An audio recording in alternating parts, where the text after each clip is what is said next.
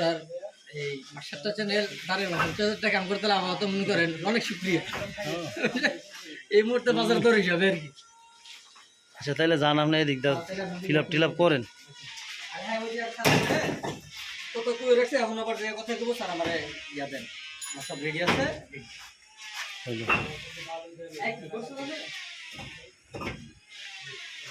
আমি এটা ওই রকম অ্যাড হইব। আচ্ছা এটা নিয়ে গেলে আমার দোস্ত আছে এটা সাবধান করি। হ্যাঁ আমারে কইছিল যে দোস্ত তাইলে কাম করো, তোমার কোনো টেনশন করার লাগবে না, চিন্তা করার লাগবে না, তুমি আমারে টিকেটের দাম ছাড়া 9,50,000 টাকা দিবে। এই টিকিট আছে 80,000 টাকা। আমি আবার যে এটারে 11 থেকে 12 লাখ টাকা দিই। কারণ সময় উপযোগে একটু কমতে পারতে পারে, আর টিউশন ফির উপরে এটা কমতে পারতে পারে। আর ঢাকা যাওয়ার কথা কইছে, প্রথম কইলাম করে 4 লাখ টাকা লাগবে কমপ্লিট। এর উত্তরে 16 গেছে। 16 লাখ, আরো 16 লাখ 3 লাখ বাইরে আছে। এখন 6 মাসে ঢাকা আছে।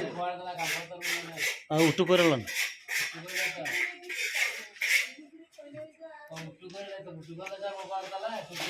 কালকা না দেখলেন আপনার সামনে রইলার ফোন দিলাম,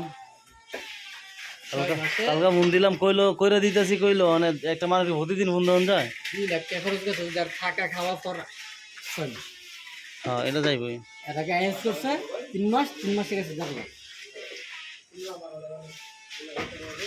লাগে আপনার রেডি থাকলে যাক।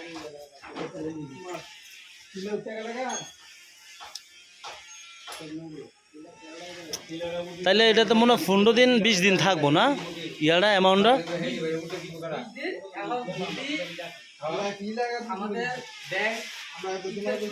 সেটা সমস্যা নাই, ওটা 1-2 দিন বিষয় নেই বুঝছি। মানে এমনিতে হ্যাঁ বলতো হ্যাঁ তো জানোই 15-20 দিন।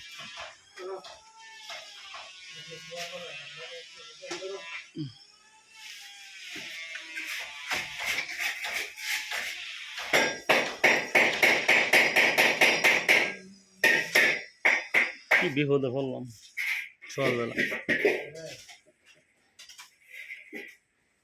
ওদের না 15 লাখ টাকার জামিনদার বানাই দিস।